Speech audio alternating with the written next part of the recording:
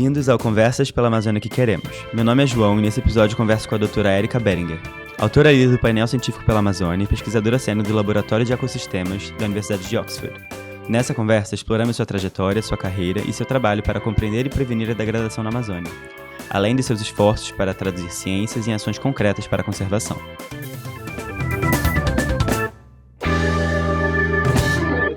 Olá a todos, sejam bem-vindos a mais um episódio de Conversas pela Amazônia que Queremos. Meu nome é João Pedro Braga e sou membro do Comitê Consultivo de Jovens do Painel Científico para a Amazônia. Sou um economista brasileiro comprometido com o campo do desenvolvimento sustentável, tendo iniciado minha formação em economia na Universidade Federal do Rio de Janeiro e em 2023 ingressei na Universidade College de Londres para cursar o doutorado sobre a relação entre florestas e finanças em uma transição justa na Amazônia brasileira. Hoje eu tenho a honra de conversar com a doutora Érica Beringer, autora líder do painel científico pela Amazônia, pesquisadora sênior da Universidade de Oxford e da Universidade de Lancaster, no Reino Unido. Nos últimos 15 anos, ela se dedicou a compreender como as perturbações causadas pela ação humana, como a exploração seletiva de madeira e os incêndios florestais, impactam os ecossistemas na Amazônia, os estoques de carbono, a biodiversidade e as comunidades locais. Érica é apaixonada por traduzir o conhecimento científico em estratégias práticas para a conservação e também coordena a Rede Amazônia Sustentável, integrando ciência, tecnologia e engajamento comunitário para guiar a Amazônia rumo a um futuro sustentável e resiliente ao fogo. Érica, seja bem-vindo e obrigado por participar dessa conversa. Obrigada pelo convite. Para começar, Érica, eu queria que a gente tivesse essa troca de entender um pouco mais sobre a sua trajetória. Queria entender como é que você chegou nos temas de pesquisa e, sobretudo, como é que você chegou na Amazônia enquanto uma pesquisadora que está tentando juntar conhecimento local e também o conhecimento científico. Como é que você entende essa troca? Eu acho que tudo começou quando minha mãe não sabia fazer eu ficar quieta. E eu tinha uns 3 anos de idade, uma criança hiperativa, e minha mãe me dava livro. Na época não tinha tablet, tinha uns livros de uma expedição do Jacques Cousteau, que era um francês explorador, e tinha ele na Amazônia. E era um livro cheio de foto, então era perfeito para criança, eu ficava olhando. E eu fiquei muito encantada com a Amazônia, entendendo que aquilo fazia parte do meu país. E tinha uns seres magníficos ali dentro, né? Você via um boto cor-de-rosa, que é um bicho estranho pra caramba. Uma anta, um outro bicho estranho, um tamanduá-bandeira. A gente tem aqui um tema comum, que é o focinho de todos eles, é bem estranho, na verdade, né? E eu olhando aqueles livros que pareciam contos de fadas, mas eram da vida real. E mais do que isso, eram da minha vida real, do meu país.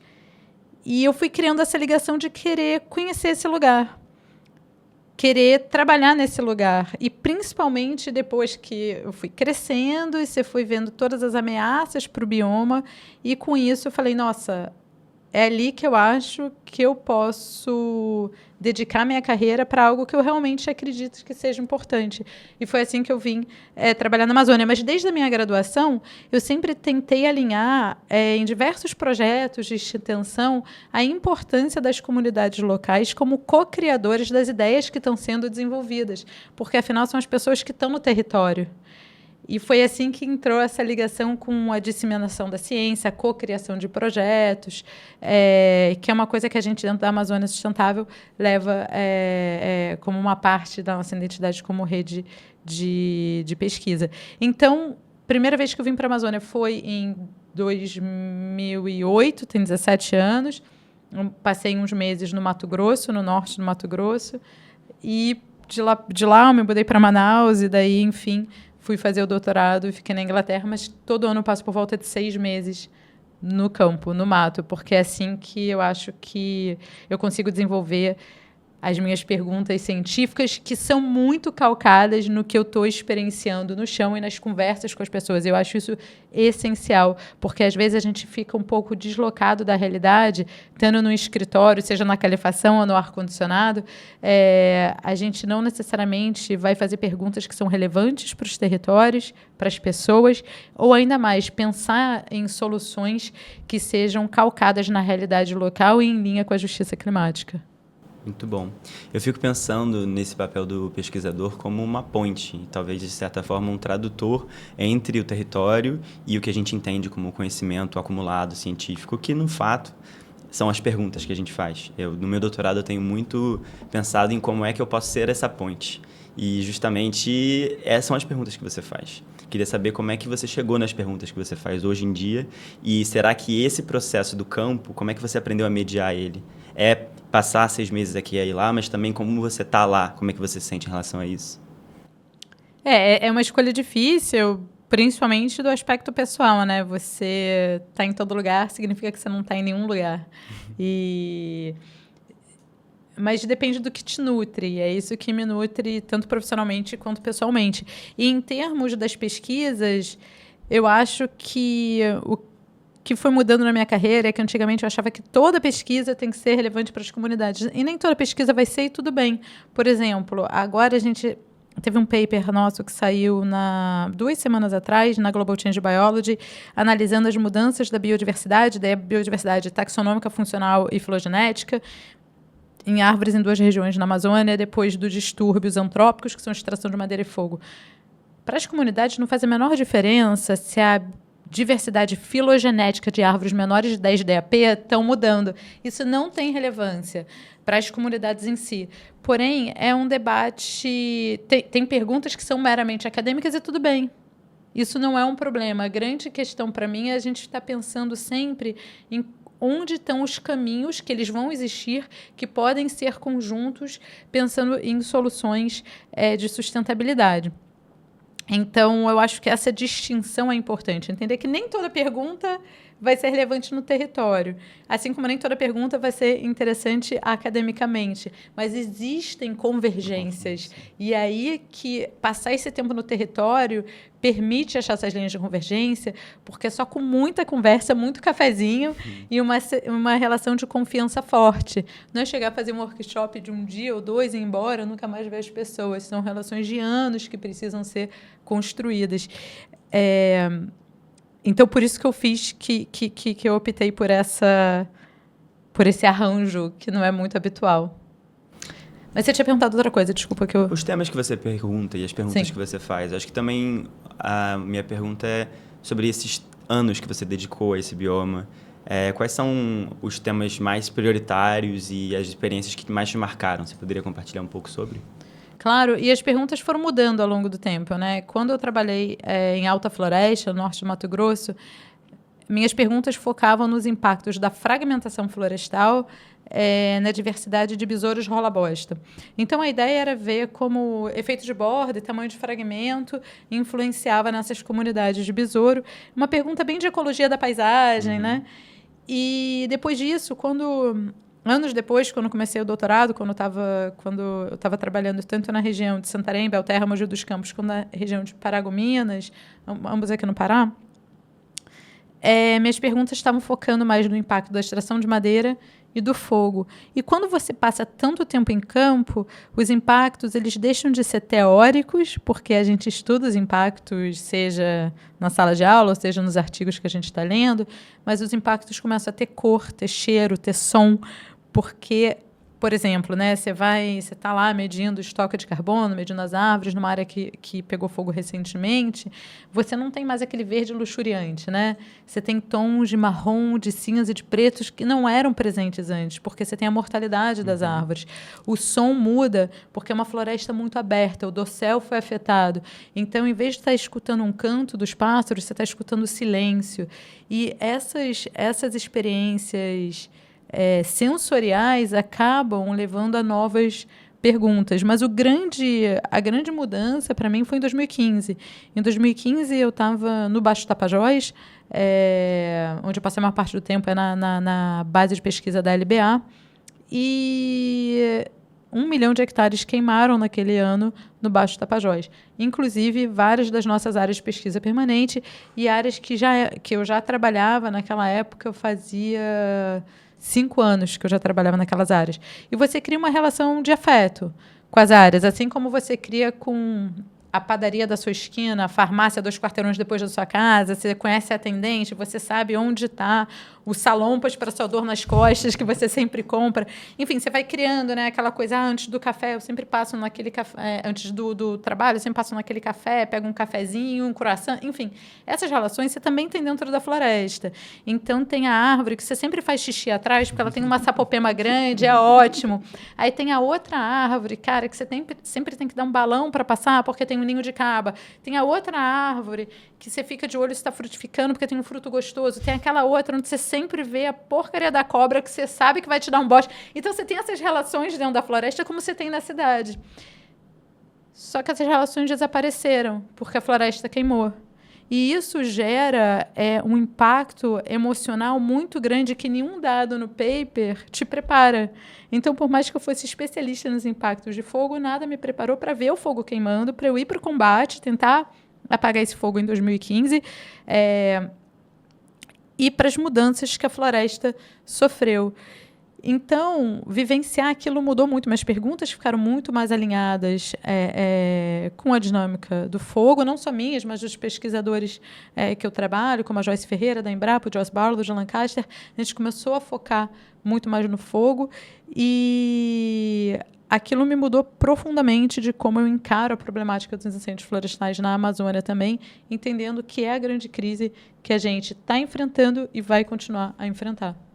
Muito obrigado por compartilhar. Eu acho que é um tema que marca a gente. Eu entrei nesse tema de desmatamento na Amazônia a partir dos grandes fogos também nessa época. E é uma área que era totalmente nova para mim, mas eu acho que é um impulso de querer contribuir com um grão de areia, que nem que seja, para que isso não seja repetido no futuro. É exatamente isso, João. Eu lembro que em 2015 a gente tentava à torta e à direita apagar o fogo, né? Então, as chamas na Amazônia, como é um ambiente que não coevoluiu com fogo, um ambiente muito úmido, as chamas têm 30 centímetros, estourando 50, elas são muito baixinhas.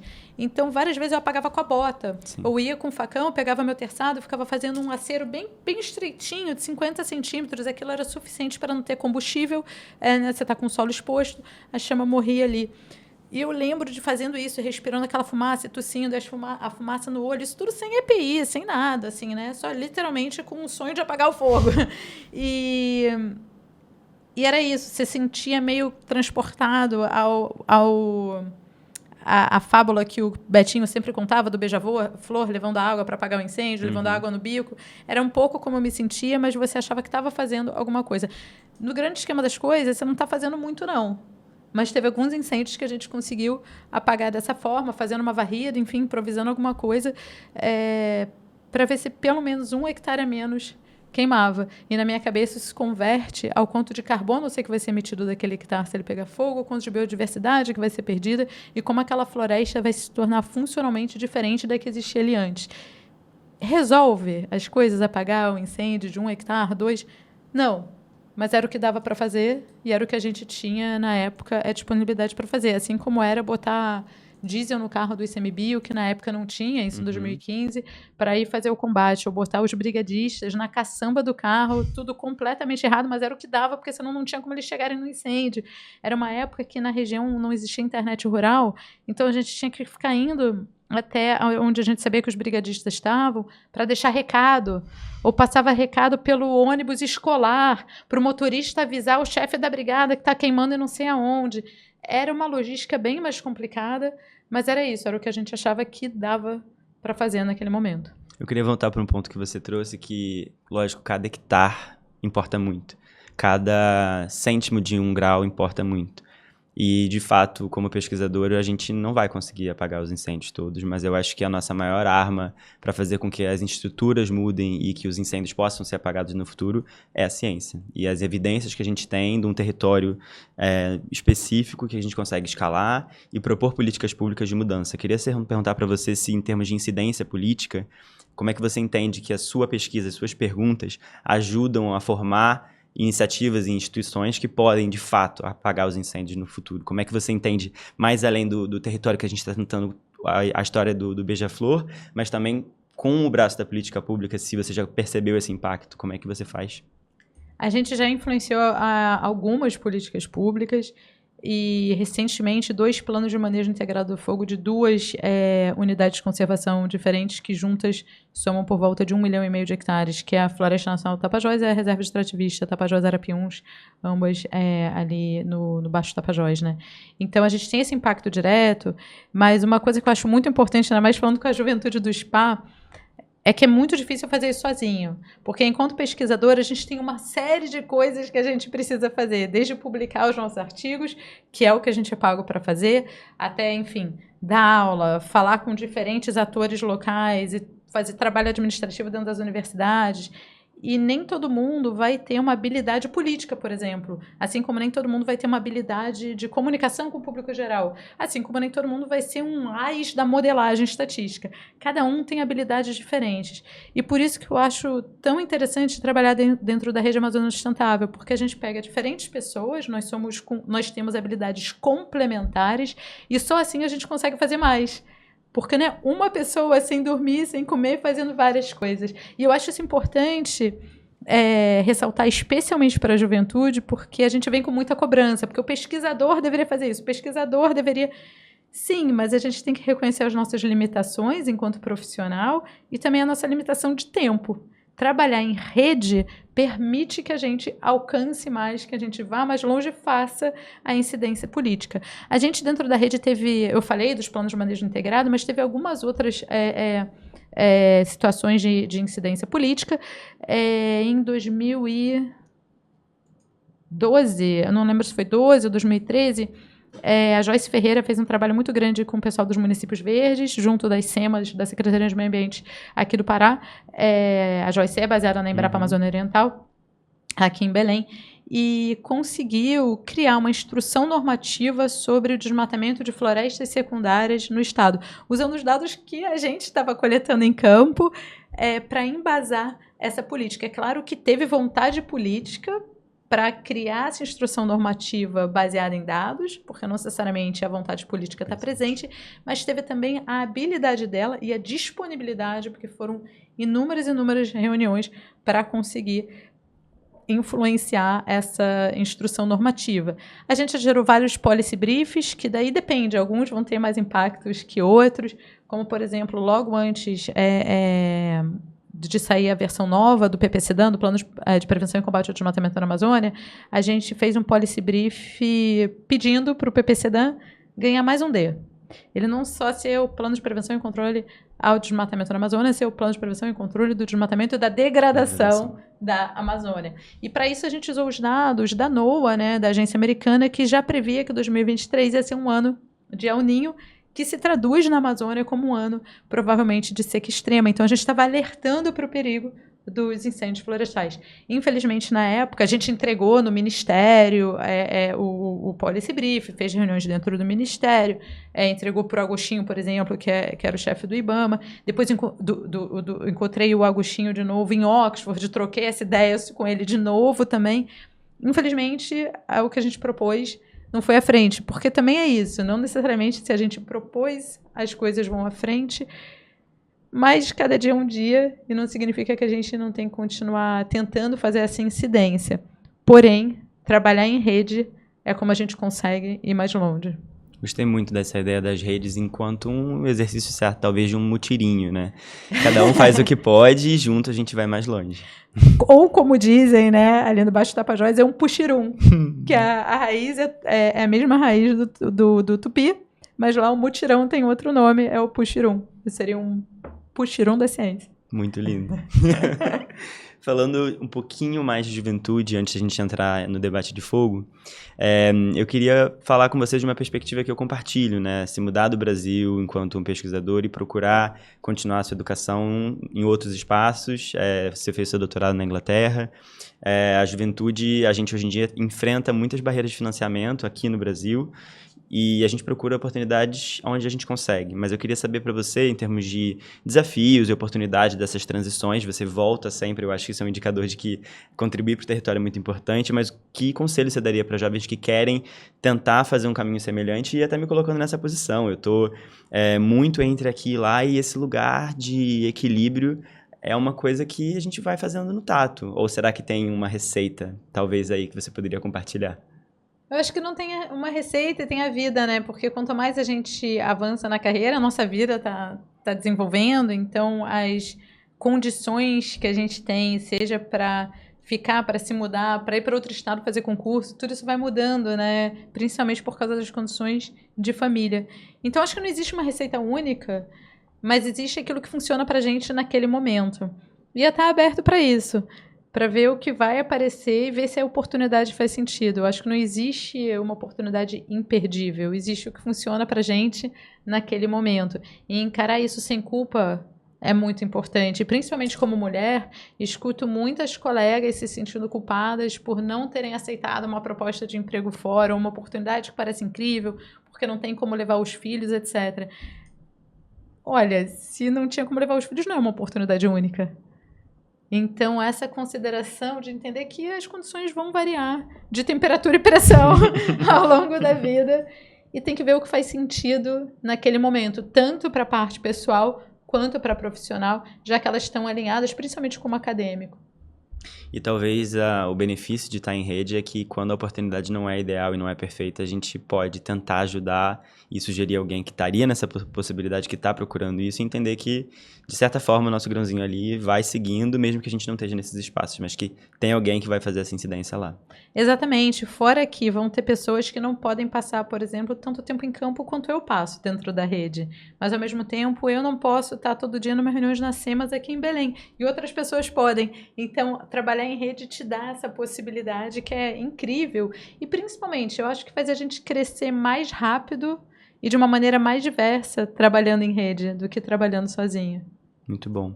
Eu acho que são questionamentos que a gente leva com a gente e quando a gente traz para uma mesa como essa, eles fazem sentido, não só eles ecoam e pra gente ecoa de volta no ponto de vista de que fé no caminho e eles faz andando.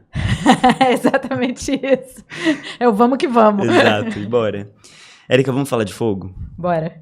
Na sua experiência, como é que você entendeu essa relação entre o fogo como tanto um causador da degradação quanto um causador do desmatamento, mas também com os impactos que ele tem nas comunidades locais? E aí eu queria colocar uma pergunta que é, muitos ouvintes, talvez eles não tenham a noção das magnitudes do impacto do fogo na Terra. Você poderia explicar um pouco mais como é que essa relação entre o fogo é a relação talvez dual, né, de causador, desmatamento e degradação, mas também um veículo para que as comunidades possam expressar suas culturas e seus meios de vida. Como é que você acha que essa relação do fogo se expressa no território? João, adorei essa pergunta, até porque ela está encaixando muito com o que a gente falou, de estar em 2 lugares ao mesmo tempo, de estar no território, de estar conversando com as pessoas. Bom, primeiro, vamos voltar algumas casinhas e discutir como que ocorrem os incêndios florestais na Amazônia. E é preciso entender que a Amazônia não evoluiu com fogo, não é um ecossistema que o fogo faça parte, né? As florestas ombrófilas densas, que são muito úmidas, elas são sensíveis ao fogo. Tá? Então, a gente não tem proteção daqueles ecossistemas ao fogo. Você não vai ter o que você vê em outros ecossistemas, como em savanas, florestas mediterrâneas, florestas da Califórnia, que você vê que certas sementes só vão ter a dormência quebrada depois de passar o fogo, que só vai frutificar depois de passar o fogo. A gente não tem isso, né, na floresta ombrófila densa, na Amazônia. O fogo... Como essas florestas não evoluíram com fogo, quando ele entra na floresta, ele vai gerar uma mortalidade por volta de 50% dos indivíduos acima de 10 centímetros de AP e 90% dos indivíduos menores do que desse tamanho. Tem um impacto devastador. Voltando abaixo do Tapajós, a 2015, o ano de seca extrema, a gente, numa área de 6,5 milhões de hectares, a gente mapeou 1 milhão de áreas de florestas em pé que queimaram naquele ano.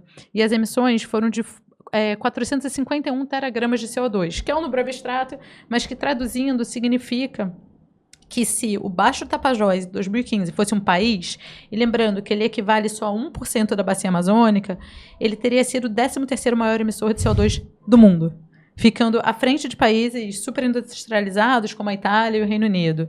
Então, isso demonstra um impacto global dessas emissões advindas de incêndios florestais na Amazônia que não evoluiu com fogo. E essas emissões estão vindo porque a maior parte dos estoques de carbono na Amazônia estão armazenados no tronco das árvores. Uhum.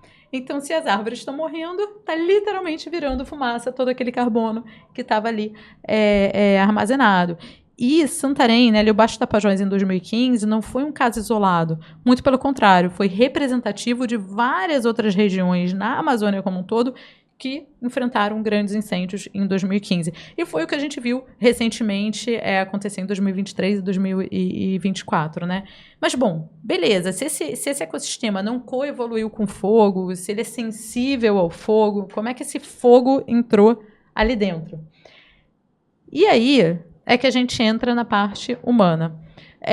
O fogo, para ele entrar a floresta dentro, ele normalmente é iniciado fora da floresta. Isso é uma coisa que a gente chama de fontes de ignição. E não existe fogo natural na Amazônia. Ele é começado por seres humanos. E geralmente para 3 usos diferentes. O primeiro uso é para o desmatamento. Então, o processo de desmatamento clássico entra o trator de esteira, faz a derrubada, só que aquela floresta está ali, só que em vez de em pé está deitada, né? Então, pode fazer alheiras, né? Juntar a madeira que está caída, ou pode deixar ali tudo espalhado durante meses ou semanas na estação seca, debaixo desse sol equatorial super forte, do vento, aquela biomassa fica super seca, então você literalmente joga o fogo e toda aquela floresta que estava no chão vira fumaça. E é assim que, aliás, 75% das emissões brasileiras são advindas do desmatamento por causa disso, porque você faz a derrubada, queima, vai tudo para a atmosfera, acelerando as mudanças climáticas. Esse é o fogo do desmatamento. Tem um outro tipo de fogo, que é o fogo de pastagem, que é o fogo usado na manutenção desses pastos. Porque é o seguinte, a gente usa a expressão pasto sujo, pasto limpo. O pasto sujo, basicamente, é que começa a crescer um monte de árvore no meio desse pasto. E isso porque as sementes vão sendo dispersas, você começa a crescer um monte de embaúba, que você vê em terreno baldio, que cresce em qualquer lugar. Mas isso significa que você vai ter, então, menos capim disponível para o gado. Então, você tem menos comida, você vai ter menos gado. Então, é comum que os fazendeiros vão colocar fogo naquela pastagem para se livrar dessas árvores que estão crescendo, plantar a braquiária de novo, plantar o capim de novo, e com isso você consegue ter mais capim disponível para o seu gado. Esse é o fogo de pastagem, é um uso muito comum do fogo na região. E, por fim, você tem o fogo utilizado na agricultura de subsistência, para plantar macaxeira, no roçado. Então, você faz o seu roçado, que você desmata uma área, normalmente vai ser de meio hectare, no máximo 1 hectare, porque você não tem, né, uma família enorme para ficar ali cuidando daquela área. É um trabalho manual muito, muito intenso fazer o roçado. Então, você vai desmatar essa área pequena, que normalmente já é de capoeira, já é de floresta secundária, coloca o fogo ali.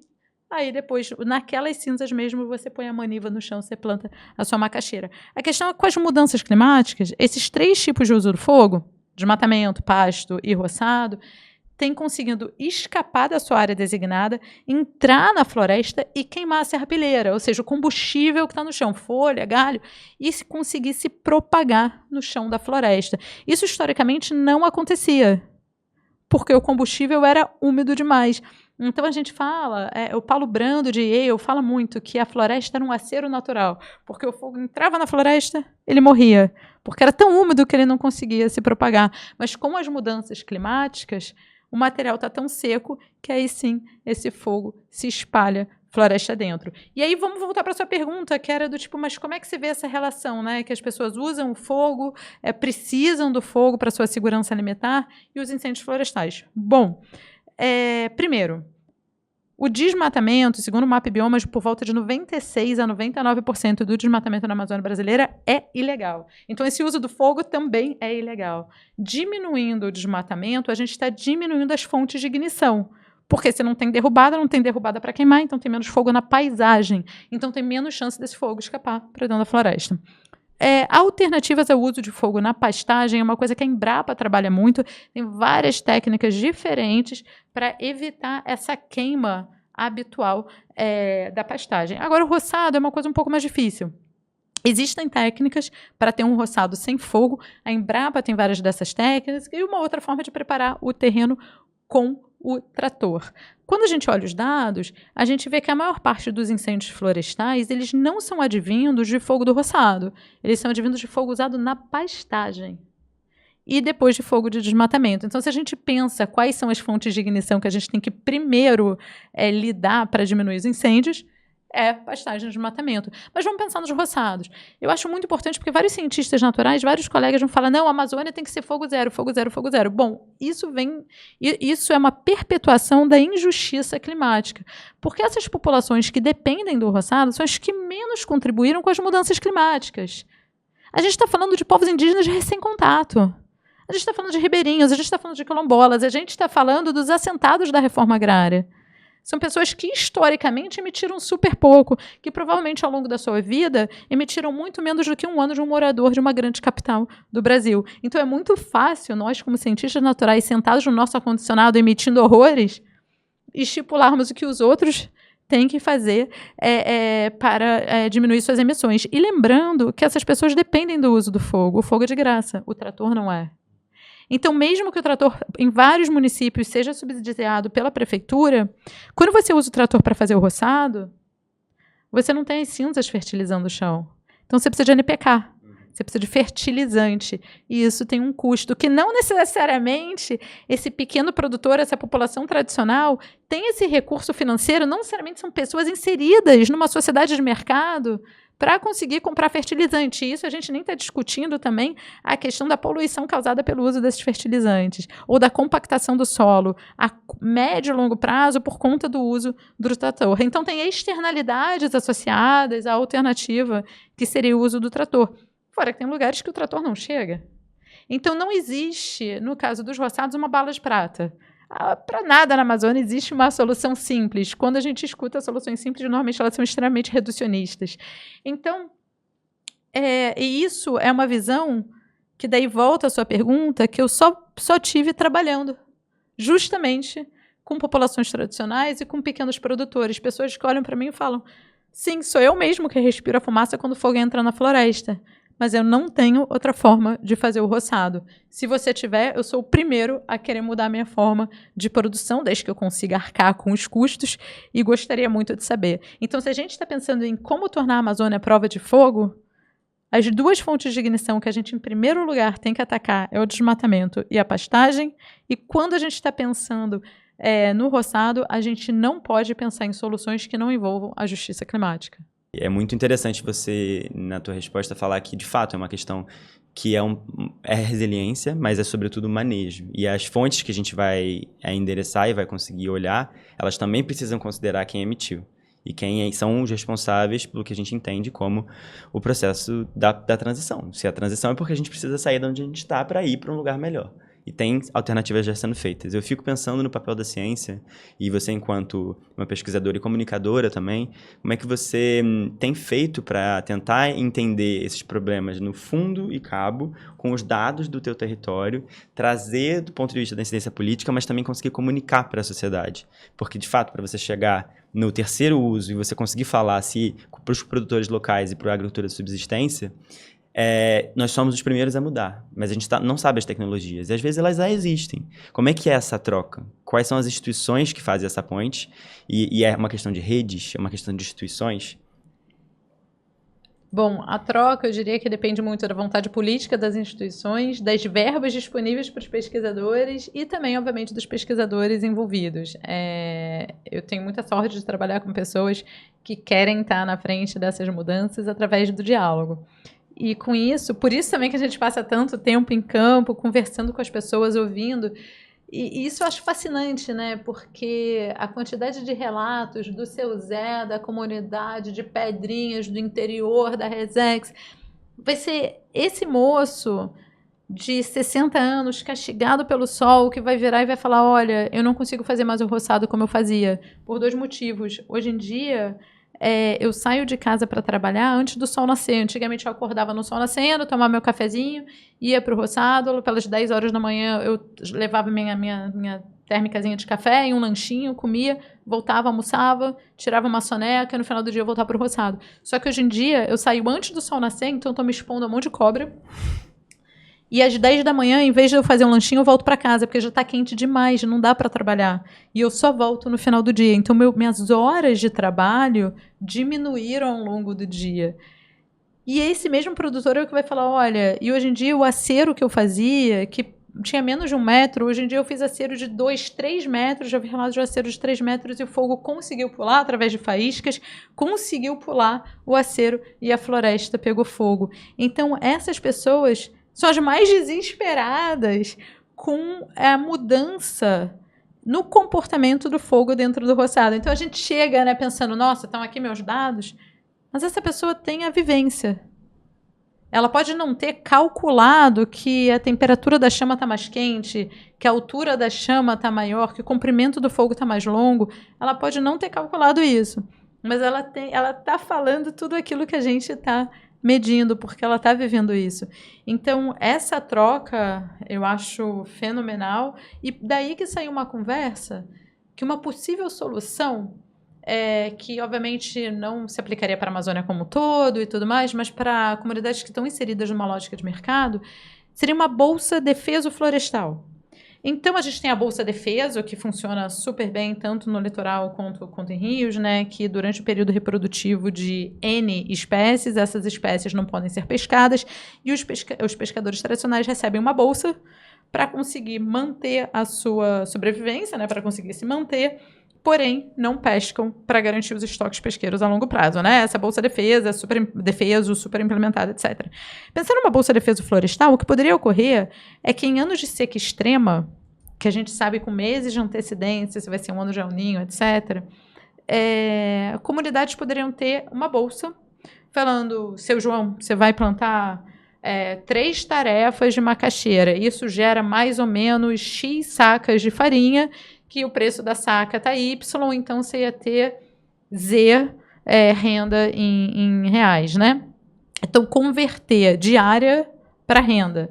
E, com isso, dividir essa renda, seja em 12 vezes, né? Gerando uma bolsa para que essa pessoa, então, pudesse receber esse benefício para não fazer o roçado aquele ano. Isso é uma forma de não colocar as pessoas em situação de insegurança alimentar, porque proibir o fogo significa que ela não tem o que comer. Lógico. Então, é uma forma de fazer essa compensação, mas lembrando que isso só funciona para comunidades que estão inseridas numa lógica de mercado.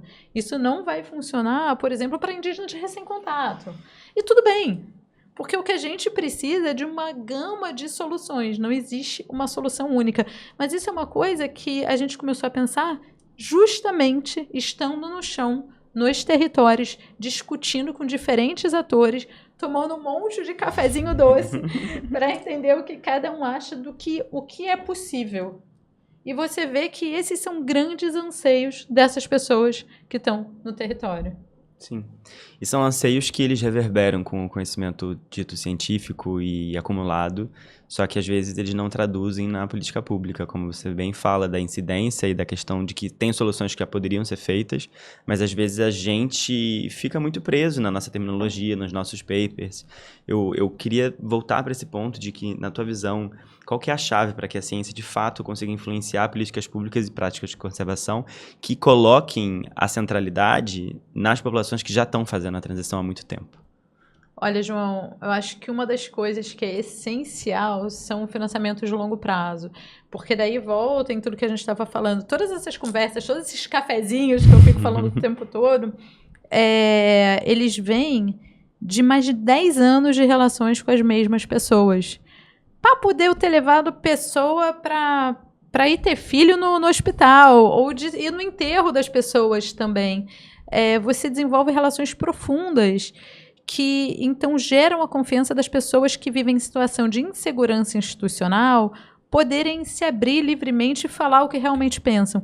Essas relações de confiança não são possíveis de serem construídas numa verba de 2 anos, num doutorado de 4 anos. São coisas muito longas e, por isso, novamente, que trabalhar em rede é tão interessante, porque você tem várias verbas de vários pesquisadores se juntando e construir uma linha narrativa em termos de pesquisas e da incidência política, que é o que você perguntou. Mas, então, a primeira coisa é um financiamento de longo prazo e pessoas, as mesmas pessoas com presença no território de longo prazo. Porque ficar mudando o rosto que está conversando com as pessoas a cada ano ou a cada 2 anos, você tem uma quebra nessa relação de confiança, que é quando você consegue começar a construir ideias conjuntos, projetos, etc., né? Quando você realmente tem uma colaboração. Em termos da incidência política, olha, depende. Depende. Novamente, são coisas, e eu entendo, né, que para a juventude do SPA, você quer mudar agora, porque isso aqui está errado, aqui tem uma possível solução, você quer que isso seja implementado. Existe essa pressa, que eu compartilho. Porém, as relações políticas também são feitas de relações de confiança de longo prazo. Então, é um trabalho um pouco de formiguinha, de ir mandando e-mail para as pessoas, marca elas nas redes sociais, vai trocando uma ideia, tenta ter uma reunião com as pessoas, às vezes você não vai ter com o secretário de desmatamento, mas vai ter com o assessor e consegue levar um pouco dessas ideias.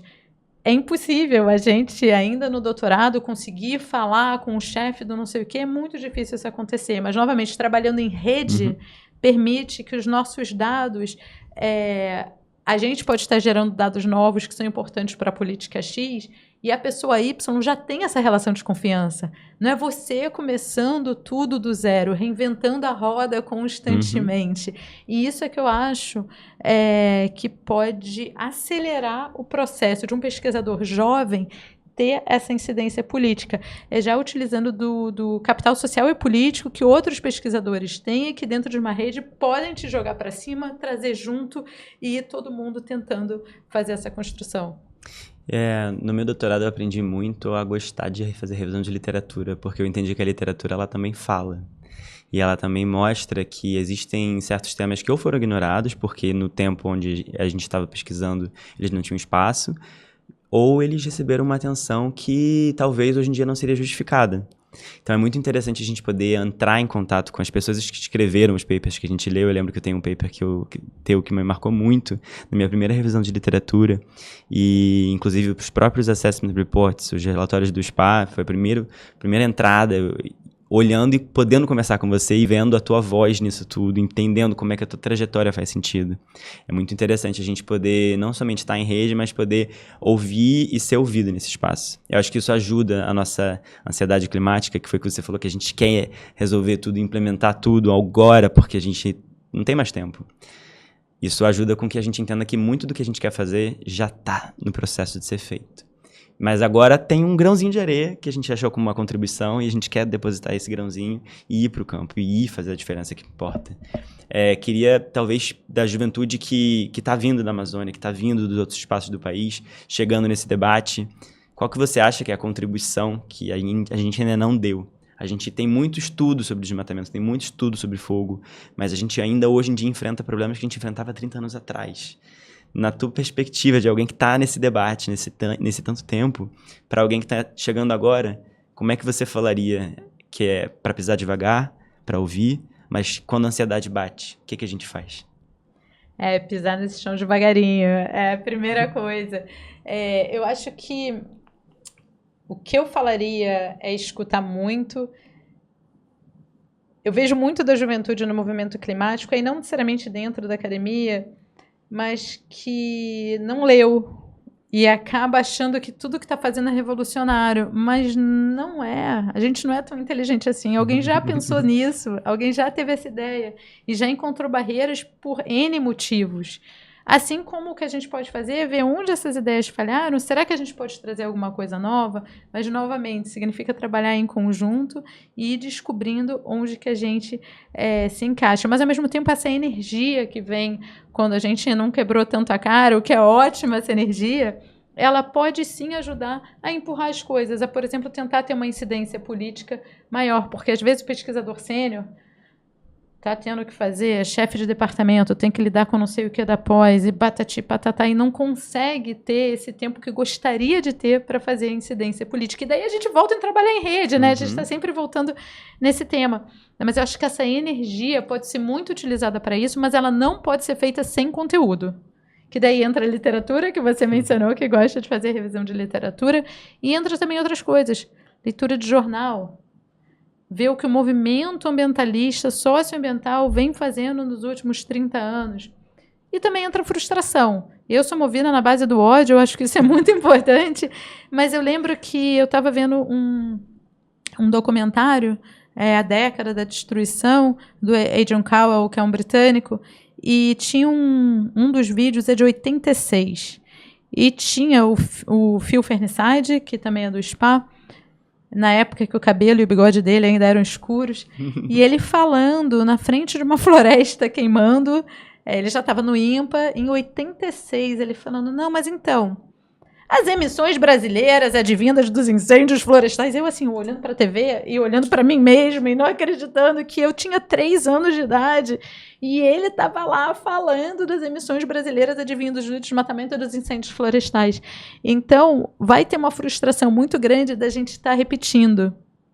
Porque lembrando que a crise climática não é uma crise científica, não é uma crise de informação, é uma crise política.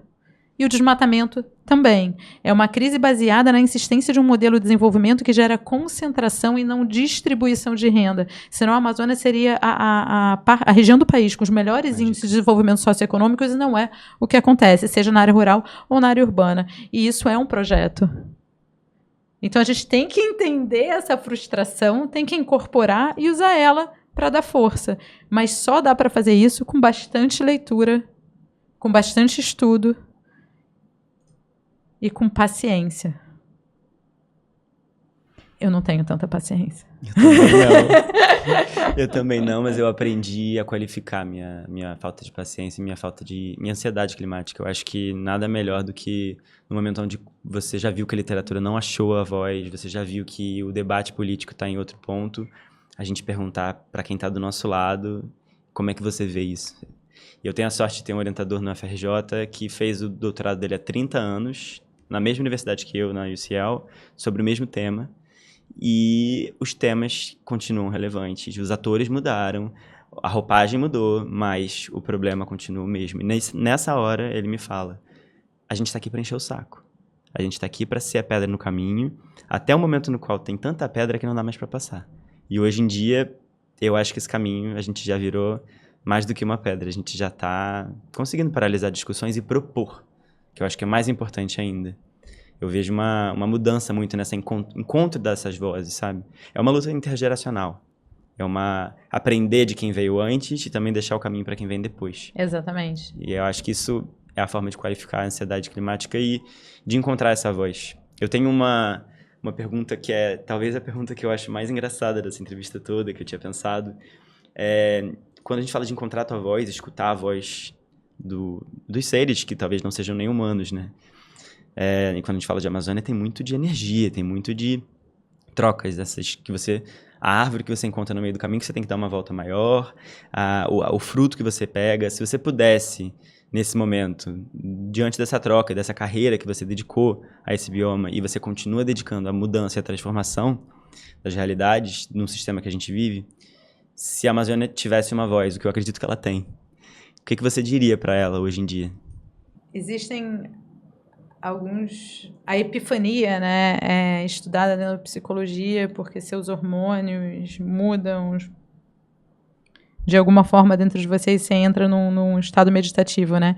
Eu consigo isso não é meditando, que, enfim, não é minha ferramenta, eu consigo isso remando.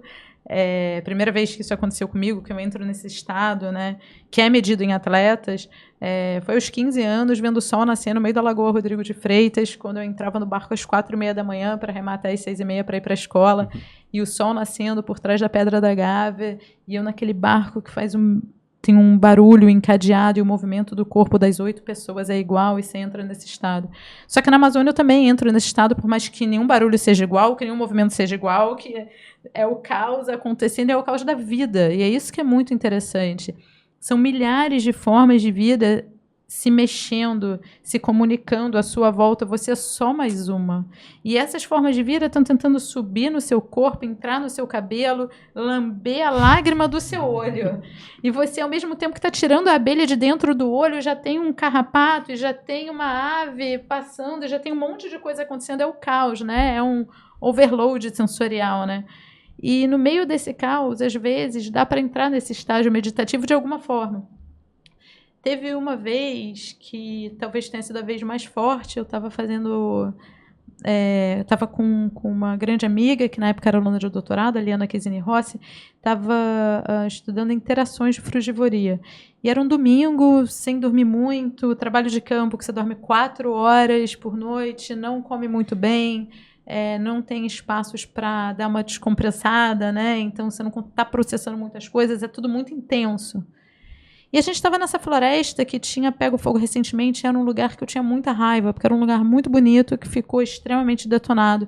E não tem dossel, por causa da mortalidade das árvores. Então estava debaixo de um sol quente, cara, uma desgraça. Era domingo, 7 da manhã, e eu revendo minhas escolhas de vida. E daí tinha simbaúba que estava com fruto.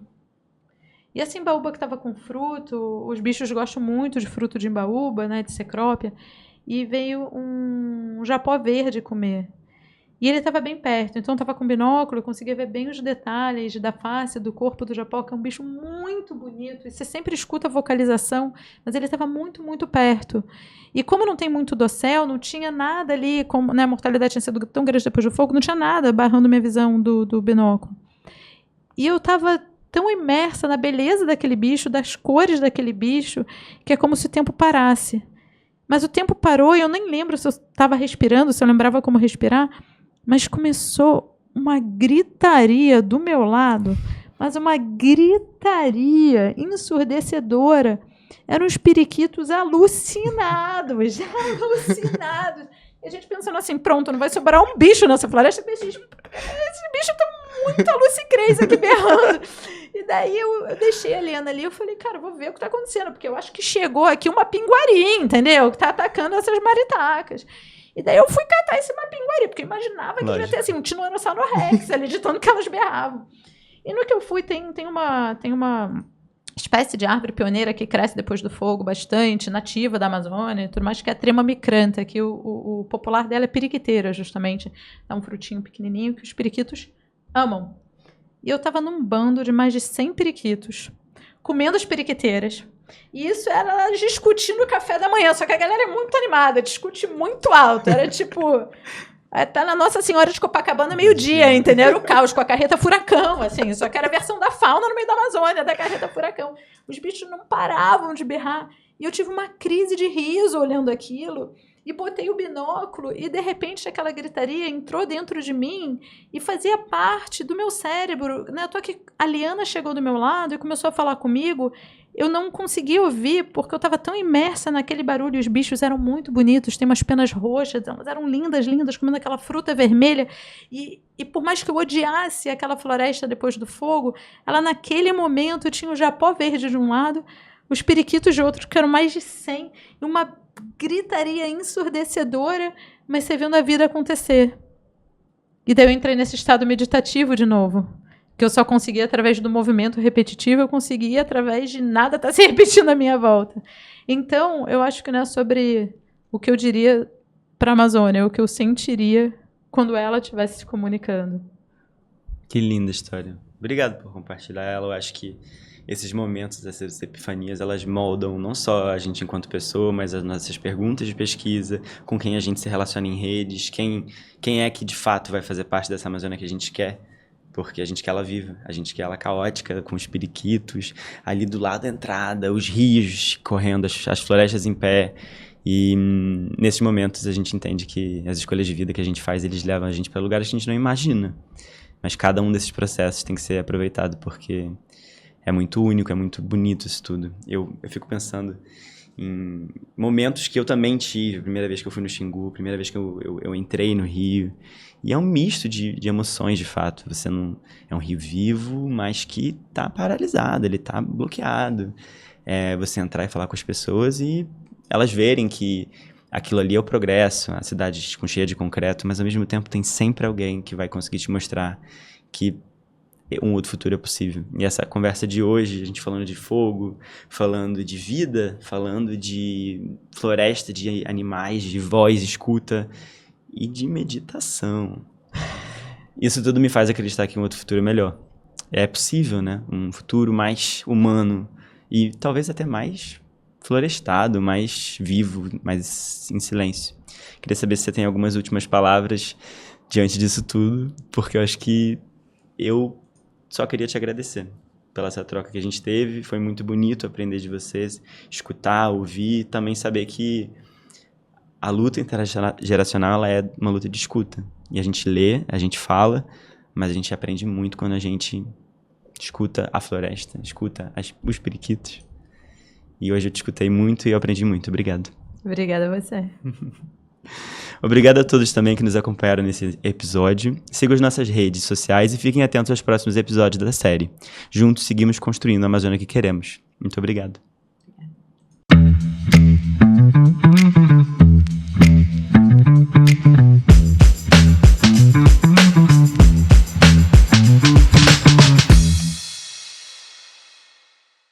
Este podcast é uma iniciativa do Comitê Consultivo de Jovens do Painel Científico para a Amazônia. O painel conta com o generoso apoio da Fundação Gordon and Betsy Moore, da Fundação Charles Stewart Mott e do Banco Mundial, com o apoio financeiro do Fundo Global para o Meio Ambiente. O Comitê Consultivo Jovem agradece especialmente o generoso apoio concedido ao seu trabalho pela Fundação Gordon and Betsy Moore. Obrigado.